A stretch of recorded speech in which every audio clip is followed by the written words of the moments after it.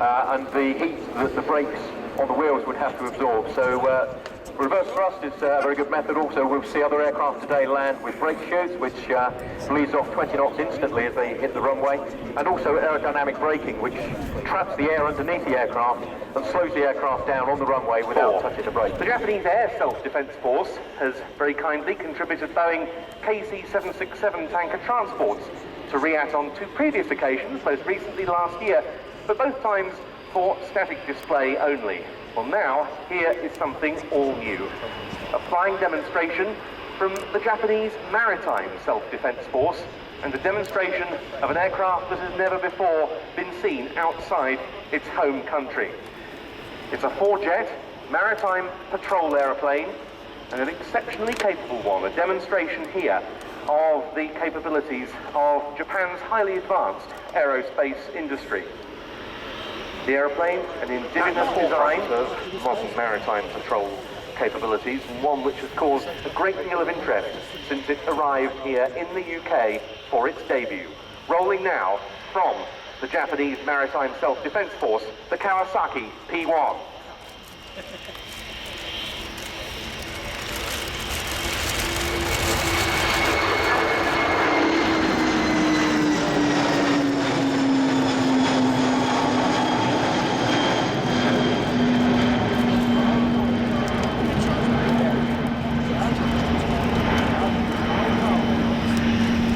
So an impressively short takeoff there from the P-1, which comes to us from Air Development Squadron 51, based at Atsugi in Kanagawa Prefecture.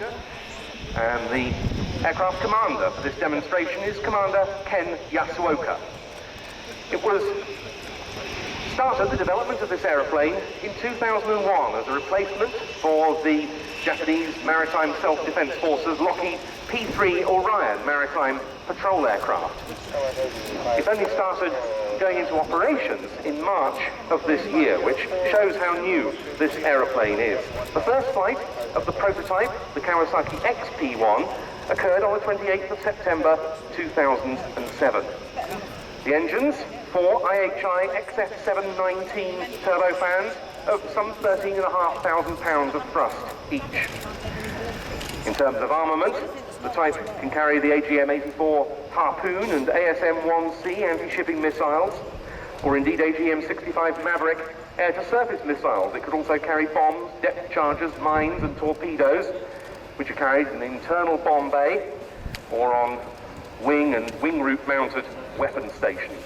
And it's the sole aircraft of this configuration, a 4-jet maritime patroller land plane in service today. And of course it's vital for Japan to have an aircraft of this type with long range and endurance, given the extent of the country's territorial waters and the number of island territories. In now for its first pass.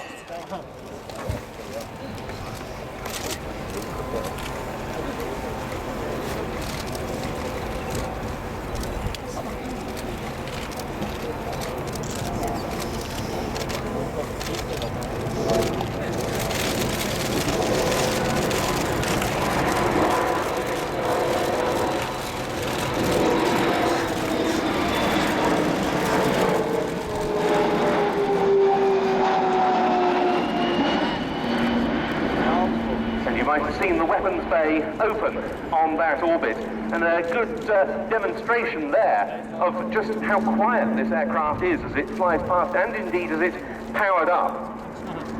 Commander Yasuoka at the controls of the aeroplane, 46 years old and a test pilot. He's conducted testing of the US-2 flying boat as well as the P-1, and he has more than 6,100 flying hours. A good speed range capable by the P-1. And also able to operate at both high and low altitudes.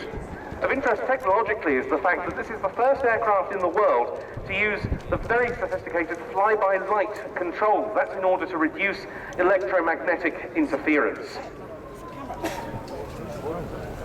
That last pass was at about 155 knots. This aircraft has flown across both the Pacific and Atlantic Oceans to get here to Fairford, and it's the first time any Japanese Maritime Self-Defense Force aircraft has ever flown across the Atlantic. Well, a faster flypast coming up now. The P-1 coming in again from our right, this time up to 250 knots.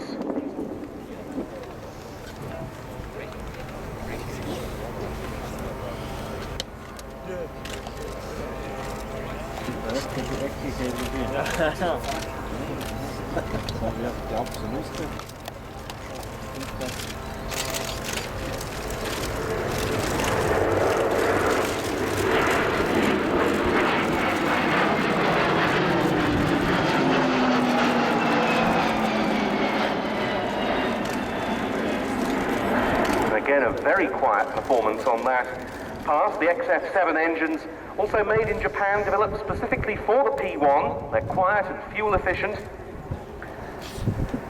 Also very advanced, the Toshiba HPS 106 maritime search radar. A typical crew would comprise 2 flight crew and 11 mission systems operators. Today, total persons on board 6. I mentioned the pilot in command, Commander Ken Yasuoka. Also on board, the second pilot, Lieutenant Commander Masayuki Kamakura. The flight engineer is Chief Petty Officer Kiyonori Takahashi. And then other crew members, MC-34 P-01 Ken Kobayashi, the in-flight technician, Chief Petty Officer Hiroaki Nagai, and the ordnance operator P-01 Tsutomu Kankaki. A very historic deployment to the UK by this aircraft, and after the event it'll be going to rather hotter climes, specifically to Djibouti. Obviously, operations in such hotter climates being the focus of those efforts. The Japanese Maritime Self-Defense Force already has facilities there for P-3C Orion detachments. And a very distinctive design indeed, the P-1. Not a little Convair Coronado about it from some angles.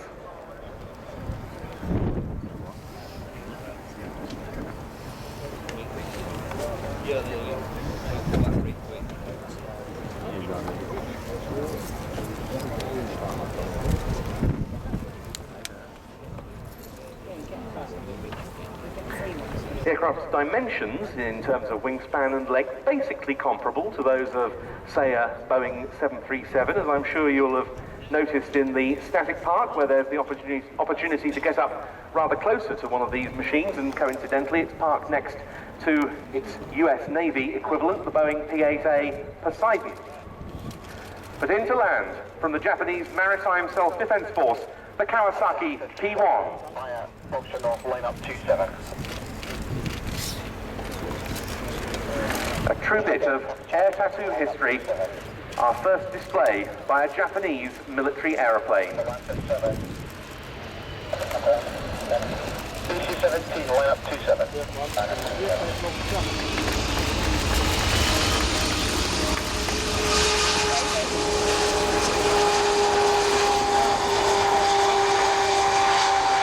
Thanks to all of the JMSDF crew members who come over with the 2 aircraft, not least the 6th on board, who gave us that flying demonstration. And maritime capabilities, of course, very much in the news of late. Yes, it is, and it's something that we have